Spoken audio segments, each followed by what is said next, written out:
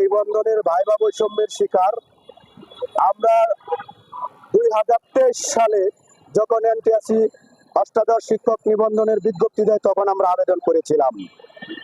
সেই সাল থেকে দীর্ঘ 3.5 বছর, প্রায় 4 বছর সময় লাগিয়ে অবশেষে ভাইবার রেজাল্ট প্রদান করা হয়েছে বিগত জুন মাসের 4 তারিখে। জুন মাসের 4 তারিখ ঈদের ছুটিতে যখন এনটিআরসি রেজাল্ট প্রকাশ করি তখন আমরা স্পষ্টভাবে দেখতে পাইলাম যে আমাদের 20,000 পরীক্ষার্থীর সাথে বৈষম্য করা হয়েছে। এনটিআরসির নীতিমালা অনুযায়ী 40% মার্কের ভিত্তিতে যে একজন স্টুডেন্ট কৃতকার্য হয়, সেই নীতিমালা অনুযায়ী আমরা রিটেনে কৃতকার্য হয়েছি, ভাইভাতে পিলিতে কৃতকার্য হয়েছি, রিটেনে কৃতকার্য হয়েছি।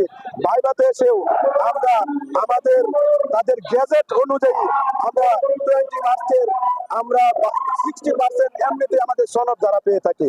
এখন এনটিআরসি তাদের নিয়োগ বিজ্ঞপ্তির সংস্কার এবং এই ভাইবার দুইটা অংশের বিশ্লেষণ করতেছে, ব্যাখ্যা করতেছে। আপনাদের মিডিয়ার মাধ্যমে আমি বলতে চাই, ভাইভাতে 20 নম্বরের মধ্যে 12 নম্বর সনদের আর 8 নম্বর থাকে প্রশ্নের।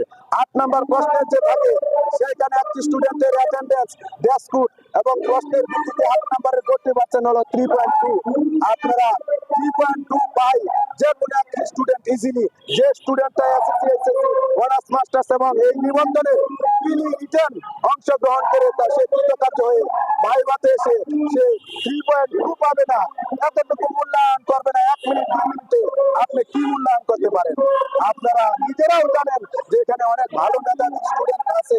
আপনারা রিটার্ন মার্কের ভিত্তিতে ই সনদ দিয়েছেন, সেই ই সনদে আমাদের নাম্বার চেক করে দেখেন, আমাদের নাম্বার কি 40 তো আছে বটে, আর 60 70 80 আপ আছে কিনা। আপনারা তখন নিজের বিবেককে প্রশ্ন করেন। আমরা এনটিআরসির দুয়ারে, মন্ত্রণালয়ের দুয়ারে গিয়েছি, আমরা কোনো ন্যায় বিচার পাইনি।